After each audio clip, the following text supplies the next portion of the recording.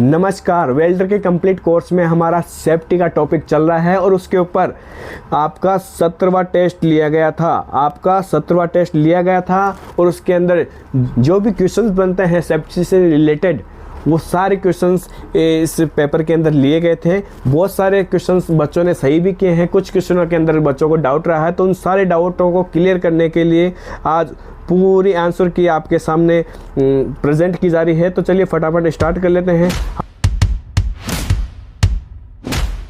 हमारा पहला क्वेश्चन था क्वेश्चन नंबर 1, सुरक्षा क्या है? तो इसमें हमारा राइट आंसर था सुरक्षा होती है दुर्घटना से बचाव के उपाय।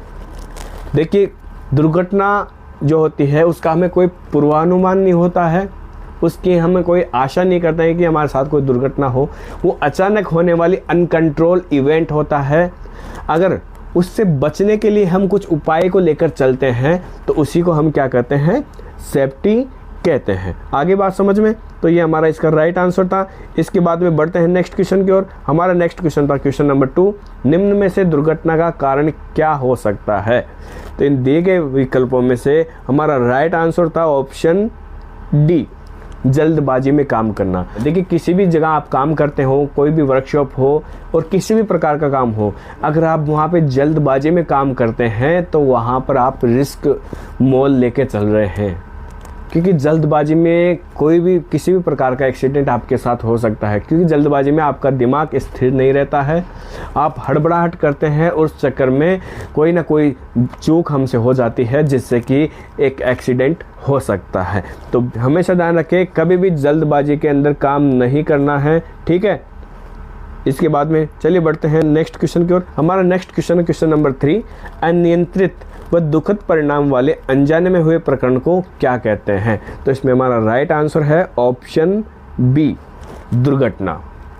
देखिए, दुर्घटना जो होती है अनियंत्रित होती है, यानी कि इसके ऊपर हमारा कोई कंट्रोल नहीं रहता, क्योंकि ये अचानक होती है। इसके जो परिणाम होते हैं ना, काफ़ी दुखद होते हैं, क्योंकि इससे हमें काफ़ी नुकसान होता है। हमें शारीरिक और आर्थिक दोनों प्रकार के नुकसान इससे हो सकते हैं। तो ये जो होता है ये अनजाने में होता है, क्योंकि इसका हमें कोई पूर्वानुमान नहीं होता है, अचानक होने वाली घटना होती है। तो इसी को हम क्या कहते हैं? दुर्घटना कहते हैं। आगे बात समझ में? चलिए बढ़ते हैं अगले क्वेश्चन की ओर। हमारा अगला क्वेश्चन है क्वेश्चन नंबर 4, चित्र में दिखाए गए चश्मे का उपयोग किस लिए करते हैं? देखिए, आपको एक चश्मा दिखाया गया है, ये गॉगल्स दिखाया गया है, पूछ रहा है कि इसका क्या उपयोग होता है? तो इसमें हमारा राइट आंसर आ जाएगा, इसमें ऑप्शन डी, गैस वेल्डिंग करने में। देखिए, ये जो चश्मा है ये ब्लैक कलर का है। कौन से कलर का है? ब्लैक कलर का है। तो ब्लैक कलर का चश्मा जो हमारे फील्ड में यूज़ करते हैं, हम गैस वेल्डिंग के लिए उपयोग करते हैं। बाकी ग्राइंडिंग के लिए, चिपिंग के लिए, इन दोनों के लिए तो वाइट ग्लास यूज करते हैं। आर्क वेल्डिंग के लिए हम डार्क ग्लास का जो हैंड स्क्रीन आती है या डार्क ग्लास की जो वेल्डिंग हेलमेट आता है उसका उपयोग करते हैं। बाकी गैस वेल्डिंग करने के लिए हम इस प्रकार के चश्मे का उपयोग करते हैं, ठीक है। चलिए बढ़ते हैं अगले क्वेश्चन की ओर। हमारा अगला क्वेश्चन है क्वेश्चन नंबर 5, स्लीव का उपयोग किस लिए करते हैं? तो इसमें हमारा राइट आंसर आ जाएगा ऑप्शन सी, कंधे या भुजाओं की सुरक्षा के लिए। आपको पता है, आपने देखा होगा, स्लीव जो होते हैं हाथों में पहनते हैं, हमारे कंधे तक उसको हाथों में पहन लेते हैं ताकि वेल्डिंग के दौरान जो स्पेटर वगैरह निकलते हैं वो हमारे हाथों को और कंधों को डैमेज ना करें, उनके ऊपर किसी प्रकार का चोट ना हो, ठीक है, उनके ऊपर किसी भी प्रकार की बर्निंग ना हो, इसीलिए उनको बचाने के लिए हम इन स्लीव का उपयोग करते हैं। आगे बात समझ में? चलिए बढ़ते हैं अगले क्वेश्चन की ओर। हमारा नेक्स्ट क्वेश्चन है क्वेश्चन नंबर 6, कार्य के दौरान सिर की सुरक्षा के लिए किसका उपयोग करते हैं? देखिए, कार्य वर्कशॉप के अंदर हम कोई भी कार्य कर रहे हैं और वहाँ पर अगर हमें सर की सुरक्षा करनी है तो वहाँ पे हम इंडस्ट्रियल हेलमेट का उपयोग करते हैं। ध्यान रखना, किसका प्रयोग करते हैं? इंडस्ट्रियल हेलमेट का। इस क्वेश्चन को लेकर काफ़ी बच्चे कंफ्यूज थे कि वेल्डिंग हेलमेट आएगा, लेकिन इसमें वेल्डिंग हेलमेट नहीं आएगा, क्योंकि यहाँ पे आपको वेल्डिंग के बारे में नहीं पूछ रहा, कार्य के दौरान पूछ रहा है। वर्कशॉप में जनरल कार्य के दौरान हम वेल्डिंग हेलमेट थोड़ी पहन के घूमेंगे, वहाँ पर हम इंडस्ट्रियल हेलमेट का उपयोग करेंगे। अगर यहाँ पे वेल्डिंग आ जाता तो फिर हम यहाँ पे वेल्डिंग हेलमेट का ऑप्शन को क्लिक करते हैं, ठीक है। तो चलिए बढ़ते हैं अगले क्वेश्चन की ओर। हमारा अगला क्वेश्चन है क्वेश्चन नंबर 7, वर्कशॉप में किस प्रकार के कपड़े पहनने चाहिए? जिसमें हमारा राइट आंसर आ जाएगा ऑप्शन डी, कार्यशाला के अनुरूप कपड़े। यानी कि जो हमारा वर्कशॉप है, हमारा काम है, हमारे कार्य का जो नेचर है, उसके अकॉर्डिंग हमें कपड़े पहनने चाहिए। ऐसा भी नहीं है कि हम वर्कशॉप के अंदर जा रहे हैं और गले में कोई मफलर लगाए हुए हैं, कोई घूमने वाली मोटर है उसमें अगर हमारा मफलर आ जाएगा तो हमारे फांसी लग जाएगी, हम फंस जाएंगे उसके अंदर, मर जाएंगे, चोट लग जाएगी। तो जिस वर्कशॉप के अंदर हम जा रहे हैं, कार्य के लिए जा रहे हैं, तो उस कार्य के अनुसार और वर्कशॉप के अकॉर्डिंग हमें ड्रेस या हमारी जो भी कपड़े हैं वो पहन के हमें जाने चाहिए। ठीक है, चलिए बढ़ते हैं अगले क्वेश्चन की ओर। हमारा अगला क्वेश्चन है क्वेश्चन नंबर 8। कार्य करते समय शरीर पर किसका उपयोग करते हैं? हमेशा ध्यान रखना, कार्य करते समय हम शरीर के ऊपर सुरक्षा कपड़ों का उपयोग करते हैं, सुरक्षा उपकरणों का उपयोग करते हैं, जिन्हें हम क्या कहते हैं? PPE, personal protective equipment. तो इसमें हमारा राइट हो जाएगा आंसर ए। ठीक है, चलिए बढ़ते हैं अगले क्वेश्चन की ओर। हमारा अगला क्वेश्चन है क्वेश्चन नंबर 9। वेल्डिंग करते समय हाथों की सुरक्षा के लिए किसका उपयोग करते हैं? आपको पता है वेल्डिंग करते समय हम हाथों के अंदर क्या पहनते हैं? दस्ताने। तो इसमें हमारा राइट आंसर आ जाएगा ऑप्शन बी, दस्तानों का उपयोग करते हैं। ठीक है, चलिए बढ़ते हैं अगले क्वेश्चन की ओर। हमारा नेक्स्ट क्वेश्चन है क्वेश्चन नंबर 10। कार्य करने के बाद आपका क्या रूटीन रहना चाहिए? यानी आप काम करते हैं, किसी भी वर्कशॉप में काम करते हो या अपना खुद का व्यवसाय हो, कार्य के करने के बाद में आपका क्या रूटीन रहना चाहिए? तो इसमें हमारा राइट आंसर आ जाएगा ऑप्शन बी, कार्य होने के बाद में सभी औजारों को सुरक्षित निश्चित स्थान पर रखें। बिल्कुल बहुत अच्छी हैबिट ये होनी चाहिए, सबके अंदर होनी चाहिए कि जैसे आपका काम कंप्लीट होता है, आपने जो यूज़ किए हैं, टूल यूज़ किए हैं, उन टूलों को आप उनकी जो निश्चित जगह है जहां वो डेली रखे जाते हैं वहां पर सुरक्षित उनको रखना चाहिए, ताकि आप कल सुबह जो काम करने आएंगे वो तुरंत आपको वहीं पे सुरक्षित आपको इक्विपमेंट वहाँ पे तैयार मिलेंगे। वरना आप इधर उधर रख दोगे तो कल भूल जाओगे कि आपने कल कहाँ टूल रखा था, या आपका दूसरा जो सहकर्मी आपका वहाँ पे काम करने आएगा वो भी ढूंढता फिरेगा कि ये टूल कहाँ गया, वो टूल कहाँ गया। तो हमेशा इस चीज़ का ध्यान रखें, काम करने के बाद में जो भी टूल आपने उपयोग किए हैं उनको वापस से सुरक्षित स्थान पे, सुनिश्चित स्थान पे उनको रखना चाहिए। आगे बात समझ में? चलिए बढ़ते हैं अगले क्वेश्चन की ओर। हमारा अगला क्वेश्चन है क्वेश्चन नंबर 11।